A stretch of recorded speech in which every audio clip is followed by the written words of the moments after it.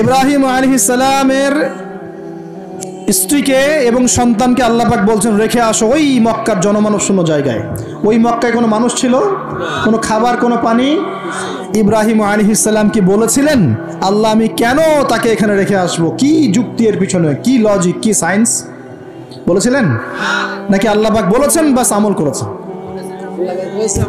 সামি'না ওয়া আতা'না, শুনলাম মানলাম, শুনলাম মানলাম, শুনলাম মানলাম, এর নাম ইসলাম। কোনো প্রশ্ন করা যাবে না। প্রত্যেকটা প্রশ্নের উত্তর আছে ঠিকই, প্রতিটা প্রশ্নের উত্তর ঠিকই আছে, কিন্তু সব উত্তর বোঝার জ্ঞান আল্লাহ পাক আমাকে দেন নাই। নামাজ যে আল্লাহ পাক পড়তে বলেছেন, নামাজ পড়লে আমরা পরকালে জান্নাতে যাব ইনশাআল্লাহ, ইনশাআল্লাহ নামাজ পড়ার মধ্য দিয়ে আমাদের সমাজের ঐক্য হবে ইত্যাদি অনেক ব্যাপার আছে। আপনার ফিজিক্যালও অনেক উপকার আছে, নামাজ পড়লে শারীরিক অনেক উপকারও আছে, কিন্তু সব কিছু তো আর ব্যাখ্যা করার প্রয়োজন নাই। আল্লাহ বলেছেন করো, নিশ্চয়ই এর মধ্যে কল্যাণ আছে, ব্যাস। আল্লাহ বলেছেন জাকাত দাও, জাকাত দিতে আল্লাহ বলেছেন দিতে হবে। এটা কেন দিব? আল্লাহ কি অন্যকে খাওয়াতে পারেন না? আমাকে খাওয়াতে হবে কিনা? এত যুক্তি তর্কের দরকার নাই। আল্লাহ পাক জাকাত দিতে বলেছেন, নিঃসন্দেহে এর পিছনে অর্থনৈতিক সমৃদ্ধি আছে। আল্লাহ বলেছেন রমজান মাসে রোজা রাখো, এটা রাখলে আধ্যাত্মিক অর্জন হবে, তাকওয়া অর্জন হবে। আমরা রমজান মাসে তারাবি পড়ি, ইবাদতের মৌসুম, কোরআন খতম দেই, আমরা জিকির করি, অন্যকে ইফতার করাই, জাকাত দেই, সদকাতুল ফিতর দেই, কত ইবাদত করি রমজান মাসে। আল্লাহ পাক করতে বলেছেন, এর পিছনে আরো অনেক কল্যাণ আছে, হয়তো আমরা জানি না। আমার শরীরে হয়তো এমন অনেক সমস্যা হতো যেটা রমজান মাসে রোজা রাখার ফলে শরীর ঠিক হয়ে গেছে, হবে না? এই অজু করি, আমরা অজু করি পবিত্রতা অর্জন করার জন্য, নামাজের জন্য, কিন্তু এই অজু করার বদৌলতে অনেক ভাইরাস ব্যাকটেরিয়া থেকে আল্লাহ আমাদেরকে বাঁচান না? সব কিছুর পিছনে কোনো না কোনো কারণ আছে, সব কারণ হয়তো আমার জানা নাই। এই জন্য আল্লাহ পাক বলেছেন সামি'না আতা'না, এর নাম মুসলিম। শুনলাম মানলাম, এর নাম মুসলিম। সব এত প্রশ্ন করা যাবে না, ওইটা কেন, এইটা কেন, পর্দা কেন, এই যুগে পর্দা কেন, ইসলামের চোরের হাত কাটার বিধান কেন? কেন হাত কাটার বিধান? এই এলাকায় যদি একটা চোরকে সবার সামনে হাত কেটে দেয় কেউ, এলাকায় চুরি বাড়বে না কমবে? কি মনে হয় আপনাদের? আর যদি তাকে বিভিন্ন ফাঁক করে বের করে দেন, ছেড়ে দেন, চুরি আরো বাড়বে না কমবে? আরো বাড়বে, আরো বাড়বে। ও দেখবে যে ধর্ষণ করলে কোনো শাস্তি নাই, আরো করব। মদ খাইলে কোনো শাস্তি নেই, আরো খাবো। চুরি করলে কোনো শাস্তি হয় না, আরো করব। বাস এই তো বাড়তেই আছে দিন দিন এগুলা। আর যদি সবার সামনে ধরে একটা ধর্ষককে ফাঁসি দিয়ে দেন, আর ভয়ে কেউ ধর্ষণ করার চেষ্টা করবে না। আল্লাহ পাকের বিধান প্রতিটাই কল্যাণকর। এখন মানুষকে এগুলো বোঝাতে হয়। আফসোস, কিছু মানুষ বলে ভাই সব জায়গায় ধর্ম টেনে আনবেন না। সব জায়গায় ধর্ম টেনে আনবো না মানে কি? সব জায়গায় আপনার মন গড়া বিধান টেনে আনবেন না, সব জায়গায় ধর্ম ঠিকই চলবে। আমাদের এটা কি শুধু ধর্ম না, জীবন ব্যবস্থা? জীবন ব্যবস্থা কি পুরো জীবন কেন্দ্রিক হয় না? এখানে ব্যক্তি জীবনের হেদায়েত নাই, এখানে পারিবারিক হেদায়েত নাই, অর্থনৈতিক হেদায়েত নাই, সামাজিক হেদায়েত নাই। তাহলে সব জায়গায় ইসলাম চলবে না কেন? কেন চলবে না? এটাই হলো আমাদের এখনকার বিশ্বের চ্যালেঞ্জ। এই জায়গায় সবাইকে আবার পরিপূর্ণ মুসলিম হওয়ার তৌফিক আল্লাহ পাক দান করুন বলি। আরেকটা এক্সাম্পল দিব। হ্যাঁ, সন্তানকে কুরবানি করতে বলেছেন আল্লাহ পাক, মনে আছে? ইব্রাহিম আলাইহিস সালামকে বলেছিলেন কেন এই ছোট্ট বাচ্চাটাকে হত্যা করব, জবাই করব? আল্লাহ পাকের হুকুম এসেছে, চোখ বন্ধ করে পালন করতে গিয়েছে। আল্লাহ পাক তো চান নাই যে সন্তানকে হত্যা করা হোক। আল্লাহ পাক পরীক্ষা নিয়েছেন, আল্লাহ পরীক্ষা নিয়েছে। ওই স্মৃতি কিয়ামত পর্যন্ত মানুষ ঈদুল আজহায় পালন করে না? শুধুমাত্র ওই স্মৃতির ফলে দেখবেন কোটি কোটি মিলিয়ন মিলিয়ন মানুষের পেটের মধ্যে খাবার যায়। ওই যে কুরবানি দেয়, খেয়াল করে দেখবেন, তাই না? কোটি কোটি মানুষ সেই গোশত খায় না? একটা ঘটনাকে দিয়ে আল্লাহ রাব্বুল আলামিন কিয়ামত পর্যন্ত মিলিয়ন বিলিয়ন মানুষকে খাওয়ানোর ব্যবস্থা করেছেন। এটাই একমাত্র ব্যাখ্যা নয়, আমি জাস্ট একটা ব্যাখ্যা করলাম, আরো অনেক ব্যাখ্যা আছে। এটা একটা পরীক্ষা। আল্লাহ রাব্বুল আলামিনের প্রতিটা বিধানই মানবতার কল্যাণে। চোখ বন্ধ করে বিশ্বাস করলে সে মুসলিম। আল্লাহ পাক এটাই বলছেন, ওয়ালা তামুতুন্না, ভুলেও মৃত্যুবরণ করো না। ওয়ালা তামুতুন্না, ভুলেও মৃত্যুবরণ করো না, ইল্লা ওয়া আনতুম মুসলিমুন, পরিপূর্ণরূপে ইসলাম কবুল না করে, আত্মসমর্পণ না করে ভুলেও মৃত্যুবরণ করো না। মৃত্যু কবে আসবে জানি? তাহলে কি অপেক্ষায় বসে থাকবো? নাকি এই সুযোগ থাকতেই পরিপূর্ণ মুসলিম হব? কোনটা? খালি একটা কাজ করতে হবে, আল্লাহ রাসূল যা দিয়েছেন তা গ্রহণ করব, যা ছাড়তে বলেছেন ছেড়ে দিব ইনশাআল্লাহ। কোরআনে যা আছে আমল করার চেষ্টা করব, যা নাই ছেড়ে দেবো ইনশাআল্লাহ। যদি দেখা যায় বাধ্য হয়ে আমি পাপে লিপ্ত হয়ে যাচ্ছি, হতাশ হবেন না, তওবা করে আবার ফিরে আসবেন। পথ চলতে গিয়ে হোঁচট খেয়েছেন, ভালো পথে চলছেন কিন্তু হোঁচট খেয়েছেন, হতাশ হবেন না, ওযু করবেন, নামাজ পড়ে আবার তওবা করবেন ইনশাআল্লাহ। যতবার পাপ হবে ততবার তওবা করবেন ইনশাআল্লাহ। আল্লাহ পাক আমাদের চেষ্টা দেখবেন ইনশাআল্লাহ। আমল দিয়ে কেউ জান্নাতে যাবে না, আমল দিয়ে কেউ জান্নাতে যেতে পারবে না। আল্লাহ পাক যাকে রহম করবেন, দয়া করবেন, শুধু সে ব্যক্তি জান্নাতে যাবে ইনশাআল্লাহ। আর ইনশাআল্লাহ যদি আমরা চেষ্টা করি, মন থেকে 100% চেষ্টা করি, ইনশাআল্লাহ আল্লাহ পাক ওই চেষ্টার ওসিলায় হলেও আমাদেরকে মাফ করে দেবেন ইনশাআল্লাহ। আমরা আশাবাদী আল্লাহ পাক আমাদের সবাইকে ক্ষমা করবেন ইনশাআল্লাহ তাআলা। এই 25 বছরে পাপগুলো কি কি করা হয়েছে? কোনো একটা পাপ বাকি আছে কিনা যা করা হয় নাই? 25 ইয়ার্সের মধ্যে অনেকেই জিনা করেছে, অনেকেই। আমি আপনাদের কথা বলছি না, এভারেজ আমি পুরো বাংলাদেশের ইয়াং জেনারেশনের কথা বলছি। 25 বছরের ইয়াং এই প্রজন্মটা, এই লেটেস্ট যে প্রজন্মটা, এদের অনেকেই জিনা করেছে, বিবাহ বহির্ভূত সম্পর্ক। এবং আমরা এখন জেনাকে অনেক সময় উস্কেও দেই, আমরা অনেক সময় এটাকে প্রমোটও করি, আমরা এটাকে ফ্যাশনও মনে করি। কারণ আমাদের ঢাকায় মানুষ বলে যে তোর গার্লফ্রেন্ড নাই, এটাই হচ্ছে ওদের কাছে অবাক করা বিষয়। সবাই ঘুরে, ঈদের দিন তুই ঘুরতে পারিস না? আমাদের ফ্যামিলির মধ্যে একজন বলতেছে তার মেয়েকে, সবাই ঈদের দিনে বাইরে যায়, তুই যেতে পারস না? ঢাকায় এভাবে কথা বলে। তার মানে এটাই ফ্যাশন, মানে আমরা জেনাকে উস্কেও দিচ্ছি। তার মানে 25 বছর আমরা অনেকে জেনাও করেছি। মাদকের সাথে সম্পৃক্ত কত পার্সেন্ট ইয়াং জেনারেশনে আমাদের দেশে? ক্যালকুলেট করেন, আপনি গুগল করেন, দেখেন কত পার্সেন্ট আমাদের দেশে মাদক সেবন করে। ইভেন এখন কিশোর গ্যাং বের হয়েছে, কিশোর গ্যাংয়ে অনেক যুবকরা যায়, অনেকে রাস্তাঘাটে মারামারি করে, অনেকে পলিটিক্যাল দলাদলির মধ্যেও আছেন অনেকেই, এবং এখানে ভাই ভাই রক্ত ঝরাই। আমরা উভয় মুসলিম, কিন্তু উভয় মুসলিম, জুমার দিন একসাথে নামাজ পড়ে। তাহলে এটা কোন দর্শন যেটা আমার ভাইকে শত্রু বানিয়ে দিল, আর পশ্চিমারা গাছের আড়ালে বসে বসে আসছে? কারণ এই দর্শনগুলো তো ওরাই দিয়েছে। তো 25 বছরের পাপগুলো একটু ক্যালকুলেট করি। প্রিয় দিনী বোন, একটু হিসাব করবেন যে 25 বছর আপনি কতদিন পর্দা করেছেন, কত 25,000 মানুষ আপনার চেহারা দেখেছে কিনা? এই 25 বছরে কত হাজার মানুষ আপনার চেহারা দেখেছে? আর ছেলেরা আপনাকে দেখলে কখনো চেহারা সুরত দেখে না। বেগানা নারীর দিকে একটা ছেলে যখন তাকায় এবং সেক্সুয়াল ডিজায়ার নিয়ে তাকায়, তখন সে চোখ দিয়ে তাকে রেপ করে। ভেরি সরি টু সে যে আপনি প্রচুর চোখ দিয়ে রেপড হয়েছেন প্রিয় দিনী বোন। অনেকেই আপনাকে চোখ দিয়ে রেপ করেছে, আপনি বুঝতেই পারেন নাই। তো এই 25 ইয়ার্স আমরা অনেক কিছুই করেছি, অনেক কিছু করি নাই। এখন একটু আজকে সাদা একটা কাগজ নিয়ে আমরা একটা হিসাব করব যে আমরা 25 বছরে কী কী করেছি, কী কী করি নাই, কী কী পাপ করেছি, কী কী করি নাই, কী কী পুণ্য করেছি, কী কী করি নাই। আমি আগে মনে করতাম যে একটা খালেস তওবা, ইনশাআল্লাহ আল্লাহ পাক সব মাফ করে দিবেন। আসলে আল্লাহ পাক মাফ করেই দিবেন, কিন্তু ভিতর থেকে স্যাটিসফাই হতে পারবেন না আপনি। এখন যদি আপনি এখান থেকে আমার এই লেকচারটা শুনে আল্লাহর ওলি হয়ে যান এবং আপনি বড় মুহাদ্দিস, মুফতি, দিনের বড় দায়ী ইলাল্লাহ, বড় পলিটিশিয়ান, বড় ইঞ্জিনিয়ার, মানে যারা ওয়ার্ল্ডকে ইসলাম স্ট্যাবলিশমেন্টের দিকে নেতৃত্ব দিচ্ছেন, এমনও মানুষ যদি আপনি হয়ে যান, আপনি এই 25 বছরের ঋণটা শোধ করতে পারবেন না। এই 25 বছরের ঋণ আপনাকে প্রতিনিয়তই ভিতরে ঢুকিয়ে মারবে আর কি, যেটা আমাদেরকেও মারে ভিতর থেকে। যে আমরা যদি আগে থেকে বিষয়গুলো বুঝতাম, যদি আরও আগে থেকে স্টাডি করতে পারতাম, আরও বেশি যদি আমি আলেম ওলামার সাথে মিশতে পারতাম, আরও যদি বেশি গভীরে যেতে পারতাম, তাহলে কতই না ভালো হতো। তো আমি আশা করি কথাগুলো আপনাদের কলিজায় পৌঁছাবে ইনশাআল্লাহ। এখন লাইফের এটা সবচেয়ে ভাইটাল পার্ট। এই সম্পর্কে আমি জাস্ট 2টা হাদিস বলে আস্তে আস্তে কনক্লুশনের দিকে যাচ্ছি। নবী সাল্লাল্লাহু আলাইহি ওয়াসাল্লাম বলছেন যে 7 শ্রেণীর মানুষকে আল্লাহ পাক কিয়ামতের দিনে আরশের ছায়া দিবেন। কত শ্রেণী ভাই? তার মধ্যে সেকেন্ড শ্রেণীটা হচ্ছে সেই যুবক নাশাআ ফি ইবাদাতিল্লাহি তাআলা, যে আল্লাহ পাকের ইবাদতে তার যৌবনকালটা কাটিয়ে দিয়েছে। এখনো বাকি আছে আপনার সামনে। যৌবনকাল কতটুকু? হয়তো 15 to 40। তার মানে এখনো 40 বা 50 বছর পর্যন্ত আপনার যৌবন টিকে থাকবে ইনশাআল্লাহ, যদিও বা এই যুগে থাকে না আর কি। আমরা তো ফ্যান্টাসিতে ভুগি অনেক সময় 4টা বিয়ে। বাস্তবতা হচ্ছে এই যুগে একটাই ডিফিকাল্ট। একজনকে সন্তুষ্ট করে কি ডিফিকাল্ট। এখন সেই যুগ না তো। আমরা তো হর্স রাইড করি না, আমরা তো এক্সারসাইজ করি না, আমরা তো এখন অনেকে খেলিও না। আমরা ফাস্ট ফুড খাই, আমরা হাইজেনিক খাবার খাই না, আমরা আগেকার মানুষদের মতো অনেক কিছুই করি না। এনভায়রনমেন্ট নষ্ট হয়ে গেছে, পলিউশন আছে। সব মিলে এখন আমাদের যৌবন যে 50 বছর পর্যন্ত থাকবে এটা নিশ্চয়তা দেওয়া যাচ্ছে না, যদি আমরা বেঁচেও থাকি। আর কত যুবক যুবতী ভাই বোন যে যৌবনকালেই চলে যায় তার তো ঠিক নাই। প্রিয় দিনী ভাইয়েরা, আমরা আলোচনা করছিলাম যৌবন সম্পর্কে।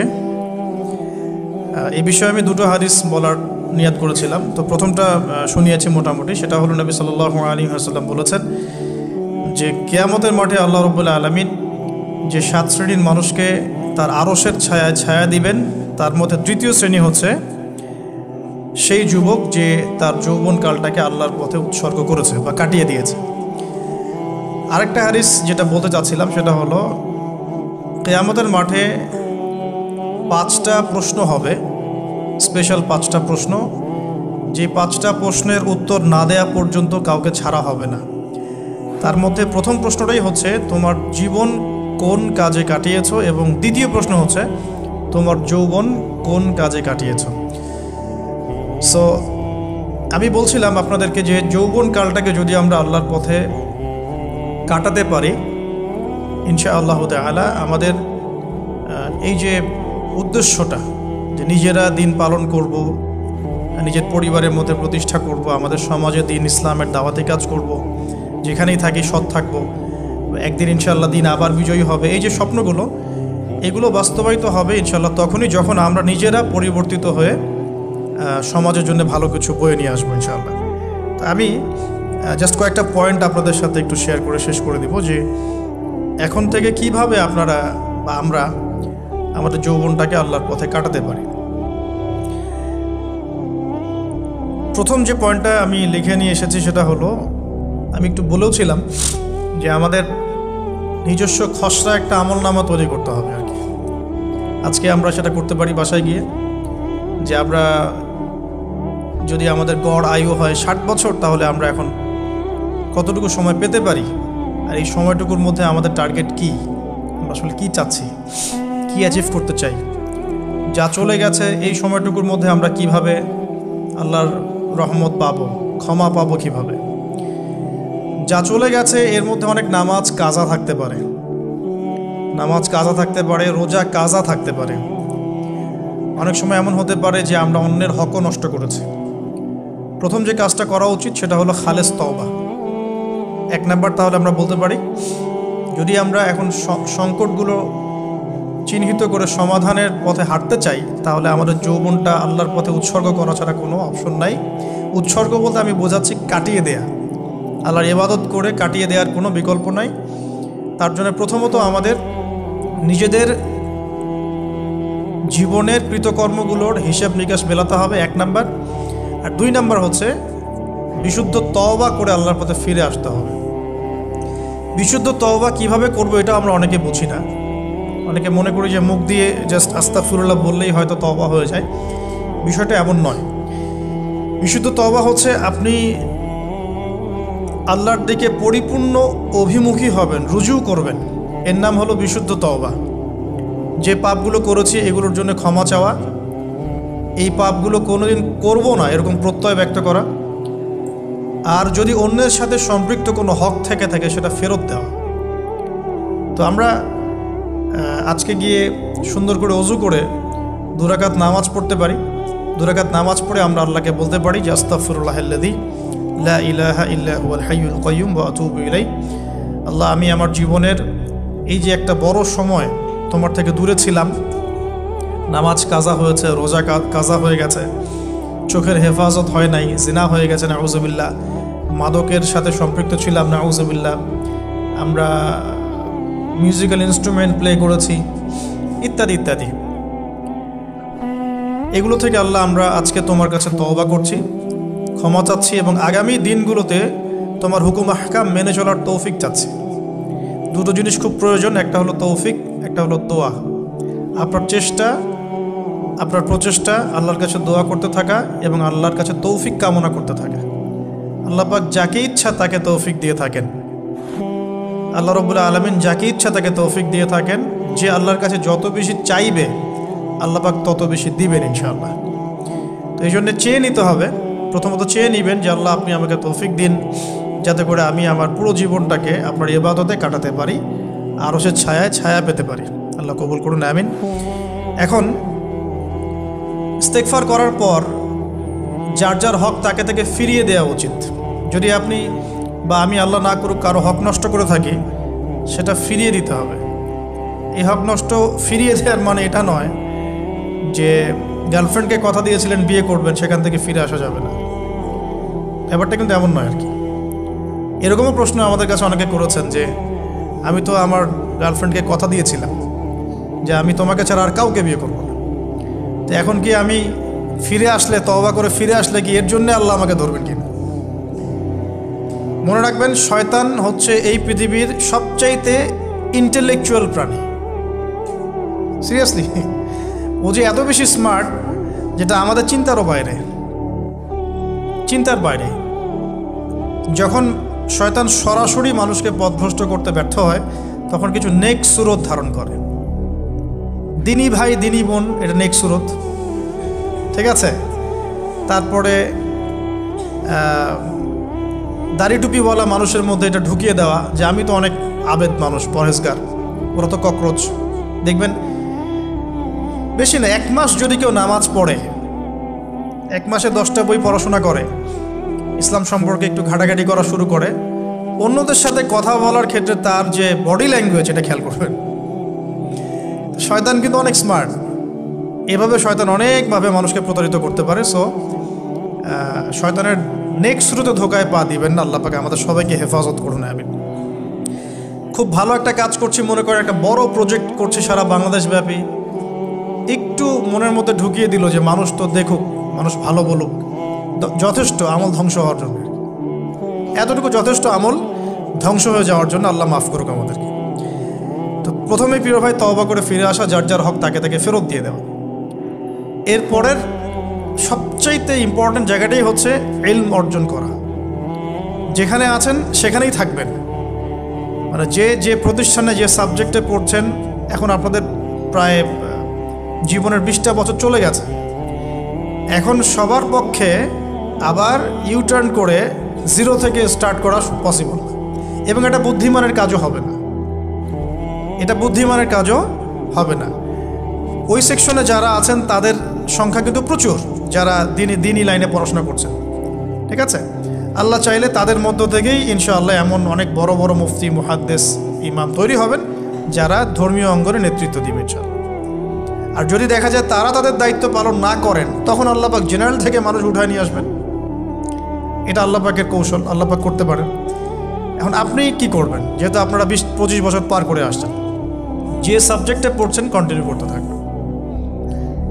যদি এনভায়রনমেন্ট থাকে ফ্রি মিক্সিংয়ের, এখানে আপনি আপনার চোখকে হেফাজত করার চেষ্টা করবেন সর্বোচ্চ।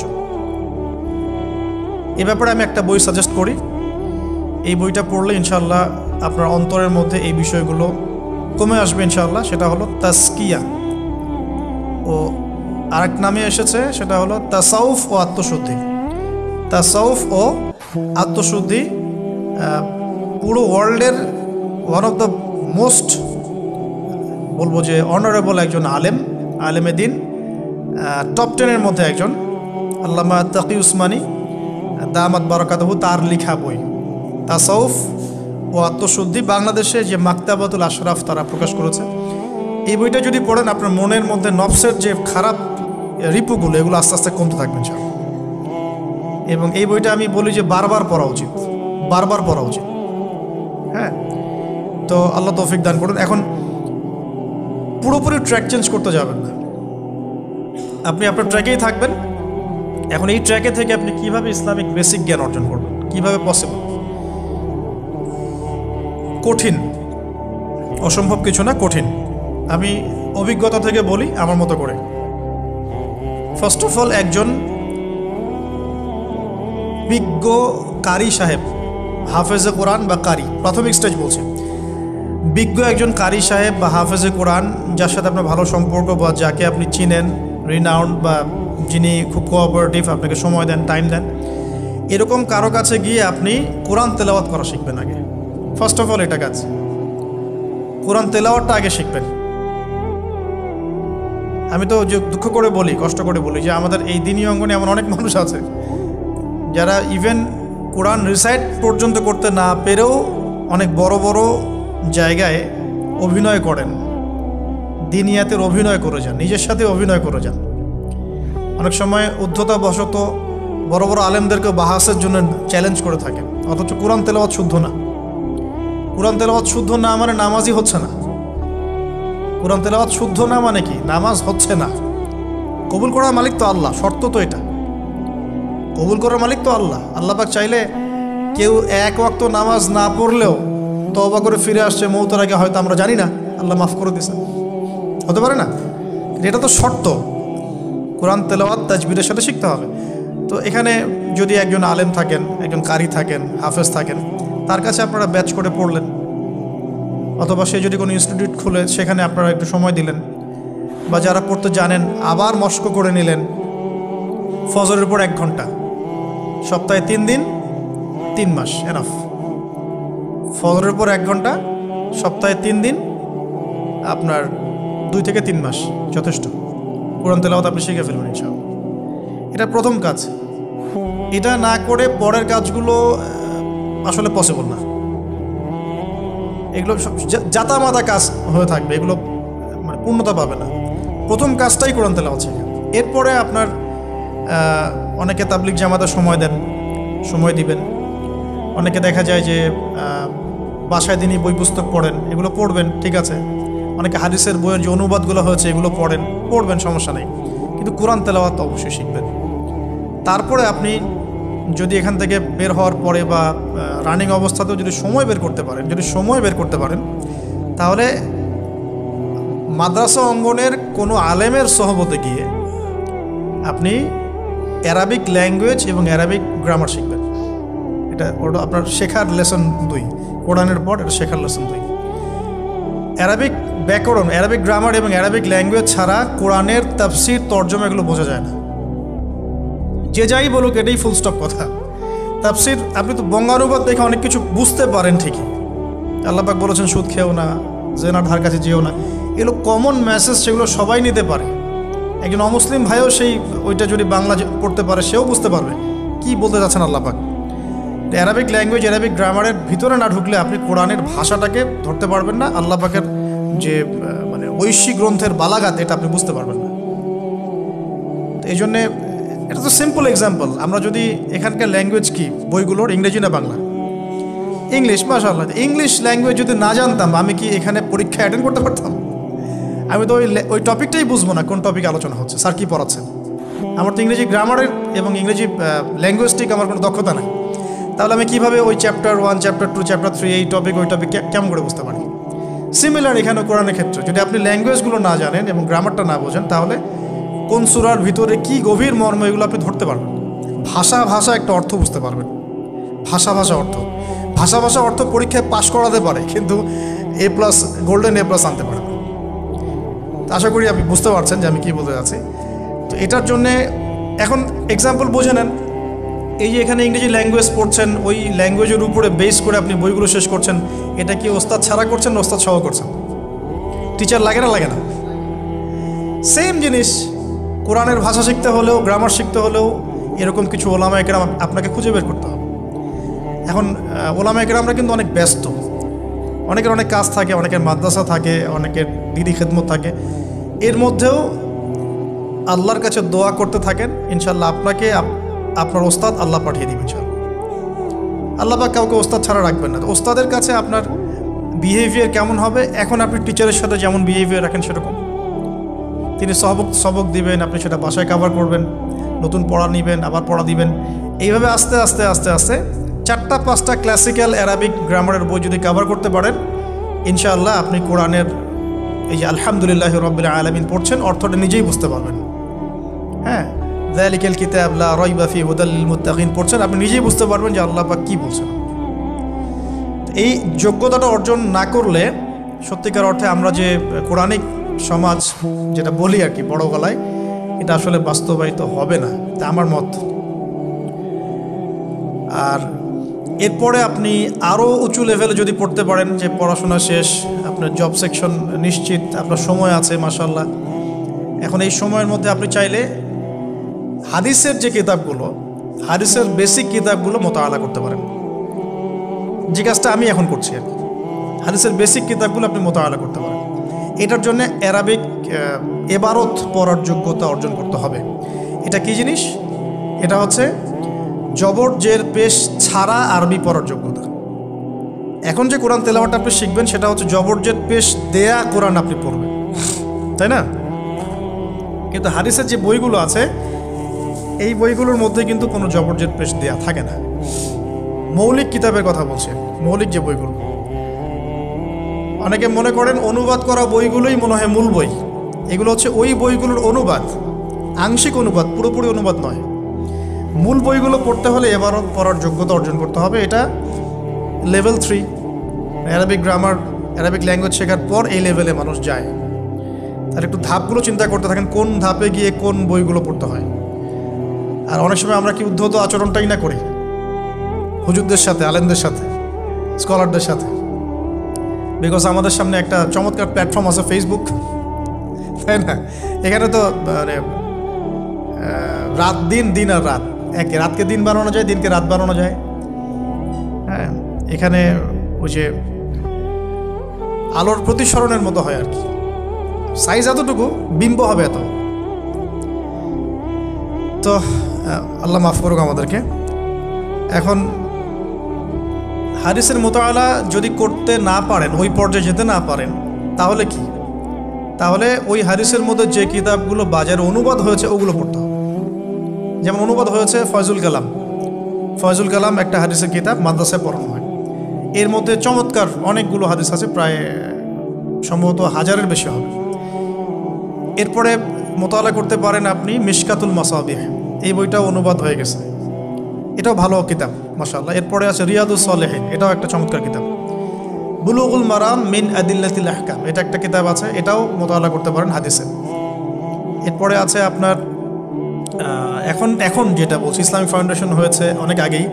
এছাড়া বাংলা বাজার ঢাকায় যে ইসলামিক লাইব্রেরিগুলো, প্রকাশনা সংস্থাগুলো আছে, তারা মোটামুটি আবু দাউদ, তিরমিজি, নাসাই, ইবনে মাজা, কোনো প্রকাশনী বুখারী মুসলিমের কিছু ভার্সনও অনুবাদ করেছে। তবে এই উঁচু লেভেলের হাদিসের কিতাবগুলো শুরুতেই হাত দেওয়া যাবে না, এটা একটা মাথায় রাখবেন।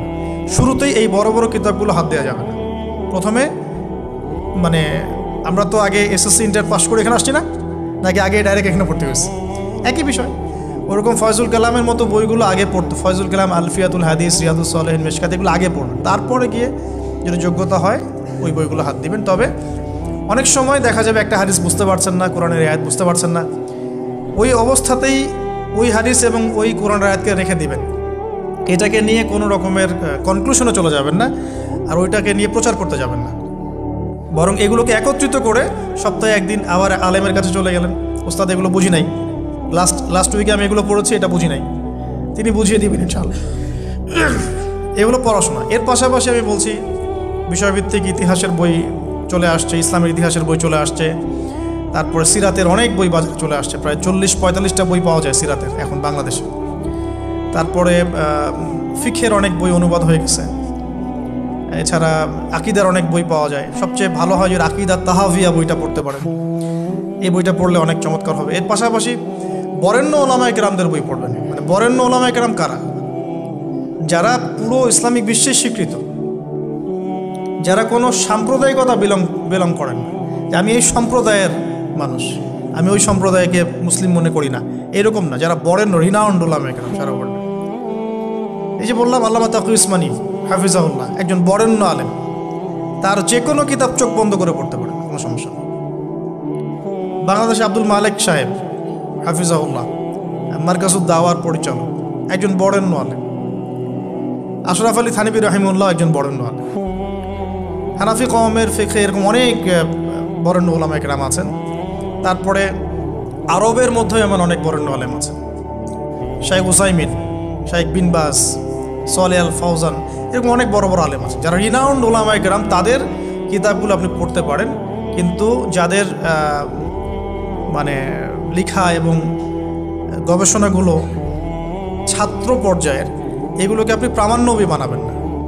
তো প্রামাণ্য বই পড়বেন আর আলেমের সাথে সম্পর্ক রাখবেন, দুটো যখন একসাথে থাকবে তখন আপনি কিছু আটকে গেলেও তার সাথে পরামর্শ করে একটা কনক্লুশন খুঁজে পাবেন।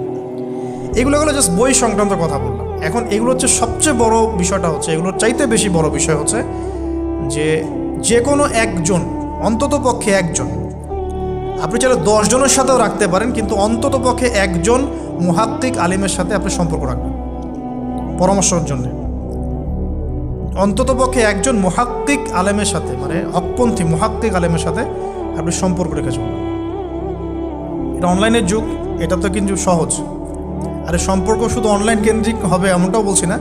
তার সাথে সাক্ষাৎ করবেন, তার কাছে নসিহত নেবেন, তার কাছে গিয়ে কিছু পড়বেন, তাকে দেখবেন তিনি কিভাবে আমল করেন, ব্যক্তি জীবনে তিনি কেমন, তিনি আপনাকে কী নসিহত করেন, তার সাথে মিশবেন। সোহবত মানে কি? মানে আমরা কি শুধু টিচারদের মানে পড়াশোনাগুলোই ফলো করি না, টিচারকে দেখিও বটে। আমরা বস্তুবাদী এডুকেশনের ক্ষেত্রে হয়তো অত কেয়ার করি না, টিচার যেটা পড়াচ্ছেন ওটা জাস্ট টুকে নেই, পরীক্ষা পাস করলেই হইল। আমরা টেন্ডেন্সি এমন, কিন্তু ইসলামিক এডুকেশনটা কিন্তু এমন নয়। সাহাবায়ে কেরাম রাদিয়াল্লাহু আনহুম আজমাইন তারা এই আমাদের মতো কাগজের বই পুস্তক পড়ে ইসলাম শেখেন নাই।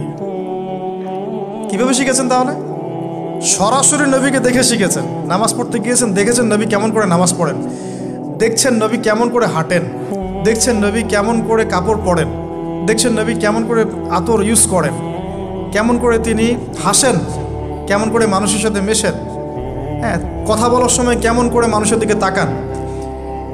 খুঁটে খুঁটে একটা একটা করে নিয়ে হাদিসের এক একটা অধ্যায় রচিত হয়েছে। নবী কেমন করে তাকান, নবী কেমন করে মেসওয়াক করেন, নবী কেমন করে হাসেন, এগুলো আপনি অধ্যায় পাবেন। ইভেন আপনি অধ্যায় পাবেন নবী কেমন করে চুল আঁচড়ান। তাহলে আপনি দেখেন সাহাবীরা কীভাবে খুঁতে খুঁতে নবীকে দেখেছেন। বলা হয় আব্দুল্লাহ বিন মাসউদ রাদিয়াল্লাহু আনহু সম্পর্কে, তিনি নবীকে এত বেশি কপি করতেন হাঁটা চলা কথাবার্তায় যে নবী সাল্লাল্লাহু আলাইহি ওয়াসাল্লামের পরের যুগের অনেক মানুষ এসে দ্বিধাদ্বন্দ্বে পড়ে যাইতো যে রাসূল সাল্লাল্লাহু আলাইহি ওয়াসাল্লামকে দেখছি নাকি। এমনভাবে কপি করতেন, এমনভাবে। সো এখানে আমি সোহবতের বিষয়টা বোঝাতে যাচ্ছি যে কোনো অন্তত পক্ষে একজন মুহাক্কিক আলেমের সাথে সম্পর্ক রাখবেন। অন্তত একজন, আপনি চাইলে 10 জন 20 জন 50 জনের সাথে রাখতে পারেন। অন্তত পক্ষে একজন যাকে দেখে আপনি শিখবেন, আপনার স্টাডিগুলোকে, আপনি যেটা সমস্যা ফেস করছেন সেগুলোকে তার সামনে পেশ করতে পারেন। এটা আমি খুঁজে দিব না আপনাদেরকে, নাম বলেও দিব না, আমি কার কার সাথে সম্পর্ক রেখে চলি এটা আমি বলবো না, এটা আপনাকে খুঁজে বের করতে হবে। তবে এখানে আমি একটা কথা বলে দিব যেহেতু আমরা সব সাধারণ মানুষ, আমরা তো কেউ স্কলার নই এখানে, আমরা কেউ মানে যেটা বলি যে মুজতাহিদ, ইজতেহাদ করার যোগ্যতা রাখি না আমরা এখানে কেউ। সেক্ষেত্রে অবশ্যই আমাদেরকে পূর্বসূরি ওলামায়ে কেরামদেরকে ফলো করতেই হবে। কারণ কোরআন সুন্নাহ নতুন করে গবেষণা করে আপনি তো সব মাসআলা বের করতে পারবেন না। এই কারণে আমাদেরকে মাযহাব মানতে হয়, এটা খারাপ কিছুই না।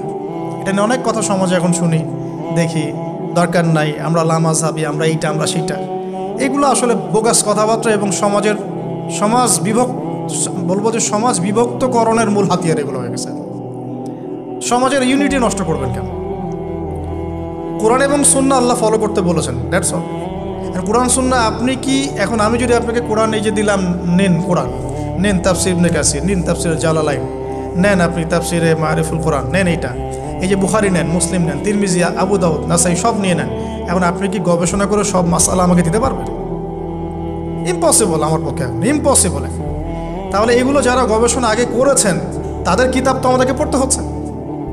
এটাই হলো তাদের মত নেয়া, তাদের মত অনুযায়ী পথ চলা।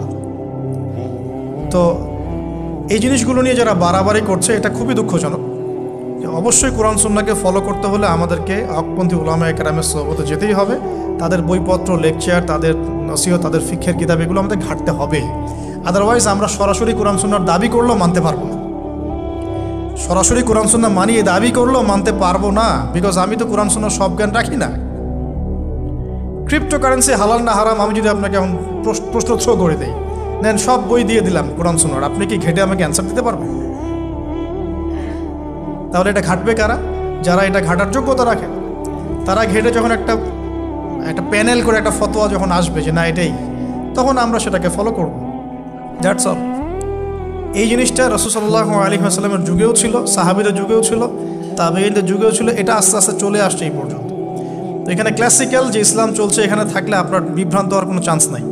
কিন্তু এর আশপাশে ব্যাঙের ছাতার মতো অনেক মতাদর্শ এসেছে এখন, নতুন নতুন অনেক। এইগুলোতে পা দিলে নেক্সট শুরুতে ধোকা খাবেন শয়তানের মতো। ওই যে বললাম শয়তান নেক্সট শুরুতে ধোকা দেয়, মনে হবে যে আমি তো সরাসরি কোরআন সুন্নাহ ফলো করি, আদতে আপনি কোরআন সুন্নাহই ফলো করছেন না। আদতে আপনি কোরআন সুন্নাহর কিছুই ফলো করতে পারবেন না, ফলো করলেও আংশিক পারবেন, আংশিকটা পারবেন না। একটা মাসআলা মনে করেন, একটু বলেন এই জায়গায়, একটা মাসআলা মনে করেন এসেছে যে আমরা বর্তমান অর্থ ব্যবস্থায় আমরা কিভাবে আমাদের ব্যাংকিং সিস্টেমটা সাজাবো, ধরেন একটা মাসআলা এসেছে। এখন এই বিষয়ে যদি আমরা ইকোনমিক্সের উপর দক্ষ ওলামায়ে কেরামদের শরণাপন্ন না হই, আমরা কি অ্যান্সার নিতে পারবো? আমি কি পারবো উত্তর দিতে? আপনি কি পারবেন? যে কোরআন এবং সুন্নাহ গবেষণা করেছেন এবং যার কাছে অর্থনীতির জ্ঞান আছে, ওই রকম মুহাক্কিক কোনো আলেম আপনাকে বলতে পারবে এখন আমাদের কি করা দরকার। এই জিনিসটাই যদি আমরা বাংলাদেশের সংবিধান সম্পর্কে জানতে চাই, আমাদেরকে আইনজীবীর কাছে যেতে হবে। আমরা যদি রোগ নির্ণয় করতে চাই, ডক্টরের কাছে যেতে হবে। এখানকার ইঞ্জিনিয়ারিং যা পড়ানো হয় আমি কি সেটা বলতে পারবো? তাহলে আমাকে এখানকার স্যারের কাছে যেতে হবে, স্যার এখানকার বিষয়টা কি আমাকে একটু বুঝাই দেন। তখন তিনি তার জ্ঞান থেকে এবং তার জ্ঞানের সোর্স থেকে ঘেটে ঘেটে আমার জন্য কিছু সমাধান বের করে দিবেন, আমি তো সেটা ফলো করব। এই ফলো করা জিনিসটাকে যারা নেগেটিভলি উপস্থাপন করছেন, এটা ঠিক না, এটা একটা উদ্ধত আচরণ হচ্ছে, অহংকার হচ্ছে। এই ফিতনাগুলো থেকেও বেঁচে থাকতে হবে। এই জন্য আমি বললাম অন্তত একজন মুহাক্কিক আলেমকে ধরে বসে থাকবেন। এটা আমি কিন্তু পীর মুরিদি বোঝাচ্ছি না, ঠিক আছে?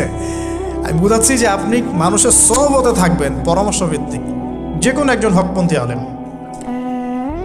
এখন এরপর কি? এরপরে আপনি পড়াশোনা চালিয়ে গেলেন, আলেম আপনার কাছে পরিচিত আছেন, আপনি টাচে আছেন, পড়াশোনা করছেন, কোনো হাদিস মোতালা করছেন, মাশাআল্লাহ দিনের জ্ঞান অর্জন করছেন। এখন আপনি আপনার সাধ্যমতো দাওয়াতি কাজ করবেন। যতটুকু দাওয়া আপনার দেওয়ার যোগ্যতা আপনি অর্জন করেছেন বা পারছেন, অতটুকু ছোট ছোট করে 5 মিনিট 10 মিনিট, একটা হাদিস 2টা হাদিস, এভাবে মানুষের মধ্যে ইসলামটাকে প্রচার করতে থাকেন ইনশাআল্লাহ। তবে যে বিষয়গুলো নিয়ে সমাজে ইখতিলাফ দ্বন্দ্ব দেখা যায়, এগুলো নিয়ে আপনি কথা বলতে চান, এগুলোর কোনো সমাধান নাই, মানে এগুলো কখনো শেষ হবে এমনটা মনে হচ্ছে না। ইলা ইয়াউমিল কিয়ামাহ, কিয়ামত পর্যন্ত এগুলো শেষ হবে এমনটা বোঝা যাচ্ছে না। এই জন্য আমরা এখানে আগুন আর উস্কে দেওয়ার দরকার নাই। আপনি আপনার কাছে যেটা ভালো লাগে ওই মানহাজ, ওই মাযহাবটা ফলো করতে থাকেন ইনশাআল্লাহ। সাহাবীর যুগ থেকে এরকম ইখতিলাফ কিন্তু ছিল, তাই বলে কেউ কাউকে তারা এরকম তুই কাফের হয়ে গেছিস এরকম কখনো কথা কেউ বলে নাই, যেটা আমাদের পান থেকে চুন খসলে মানুষ বলে দেয়। এরকম জায়গায় যায় না, এটা তাসকিয়া নষ্ট হয়ে যাবে, আপনার মনের তাসকিয়া নষ্ট হয়ে যাবে। এখন এরপরে আপনি বা আমি আমাদের কর্মক্ষেত্রটা সাজাবো। যেহেতু আমাদের এখন মাশাআল্লাহ পড়াশোনা হচ্ছে, আলেমদের সাথে আমরা সম্পর্ক রাখছি, শেষ করছি, একটু ধৈর্য ধরেন। কর্মক্ষেত্রটা আমরা সাজাবো। এখন আপনারা বের হয়ে যাবেন, জবে চলে যাবেন মাশাআল্লাহ। এখানে কি, এখানে এমন একটা বিষয় খুঁজে নেওয়ার চেষ্টা করেন যে আপনার যাতে দুনিয়ার আর্নিংসটাও চলে আসে এবং পরকালেরও কাজ হয়। এক্সাম্পল দিচ্ছি আমি একটা, ধরেন যে আমার 4-5টা মাদ্রাসা আছে, কথার কথা আমি বিভিন্ন মাদ্রাসায় পড়াই। এখানে কি হচ্ছে, আমি ইলম শিক্ষা দিচ্ছি, আমার নিজের চর্চা থাকছে, আমি সেখান থেকে কিছু হালকা পাতলা কিছু বেতনও পাচ্ছি, আমার পরিবার চলে যাচ্ছে। তো পুরো লাইফের পুরো কাজগুলোই কিন্তু তখন দিন কেন্দ্রিক হয়ে গেল, তাহলে সে বেশি লাভবান হলো। এখন আপনাদেরকে এরকম সুযোগ বের করতে হবে যে আপনারা এমন এমন কিছু ক্ষেত্রে যাবেন যেখানে ওই কাজটাই ইবাদত বলে কাউন্ট হবে। টাফ কিন্তু ইম্পসিবল না। বা যদি এমন জব নাও পাওয়া যায়, আপনি হালাল কোনো বৈধ জবে থাকলেন, আপনার রিজিকের একটা অংশ থেকে আল্লাহর পথে সদকা করলেন। আল্লাহ পাক এর বেশি কিছু আপনার কাছে চাচ্ছেন না। জাকাত ফরজ হয়ে গেলে জাকাত দিলেন, নফল দান সদকা করলেন, এতটুকু আপনার পরিবারের পিছনে খরচ করলেন, আল্লাহর হক আদায় করলেন, জনগণের আমরা যেটা বলি মানুষের হক সেটা আদায় করলেন। এরপরে আপনার আসবে বিয়ে শাদীর ব্যাপার স্যাপার। বিয়ে শাদীর ব্যাপার স্যাপার আগে আনলাম না কেন? কারণ ওই আত্মনির্ভরশীল না হলে তো মেয়েরা আপনার কাছে আসবে না। ওটা প্রেম করতে পারে, কিন্তু বিয়ের সময় তারা খুব সচেতন। বিয়ের সময় তারা অনেক বেশি কনসিয়াস যে না, সে কী করে এটা দেখতে হবে। এবং মেয়ের বাবা মার প্রথম প্রশ্নই হবে আপনি করেন কি। আপনি সুফি মানুষ, মনে করেন আপনি হচ্ছেন কি বলবো, যে আপনি হচ্ছেন মুহাদ্দিস, আপনি মুফতি, আপনি হচ্ছেন মুফাসসিরে কোরআন। কোনো দাম নাই। মেয়ের মায়ের কাছে এটার কোনো দাম নাই, মেয়ের বাবার কাছে এগুলো কোনো সাবজেক্ট না। ইল্লা মাশা আল্লাহ, এর বাইরেও কিছু মানুষ আছেন, কমন একটা ট্রেন্ড বললাম। প্রথম কোশ্চেন তারা করবেন যে আপনার স্যালারি কত, এবং আপনার জব আছে কিনা, আপনার বাড়ি আছে কিনা, ইত্যাদি ইত্যাদি। এই জন্যই বললাম যে আগে আর্নিং সোর্সটা নিশ্চিত করে তারপরে এদিকে যান, তাহলে সম্মানটা বজায় থাকবে। আত্মসম্মান ছেলেদের একবার নষ্ট হয়ে গেলে তার ফিরে আসে না। আমরা যখন নিচের হাত হই তখন আমাদের আত্মসম্মান বলে কিছু থাকে না। আপনার আর্নিং যদি মাসে 50,000 1 লাখ টাকাও হয়, এই টাকাগুলো কিন্তু খুব বেশি বড় না এখন। এখন 1 লাখ টাকার মান আর 1 লাখ টাকা নাই, এখন ওটা 50,000 চলে আসছে। আস্তে আস্তে হয়তো আরও কমবে। যারা এগুলো বোঝেন না তারা অযথাই সমালোচনা করেন, কিন্তু আসলে ব্যাপারটা এরকমই হচ্ছে। আমি তাদের হেদায়েতের জন্য দোয়া করি।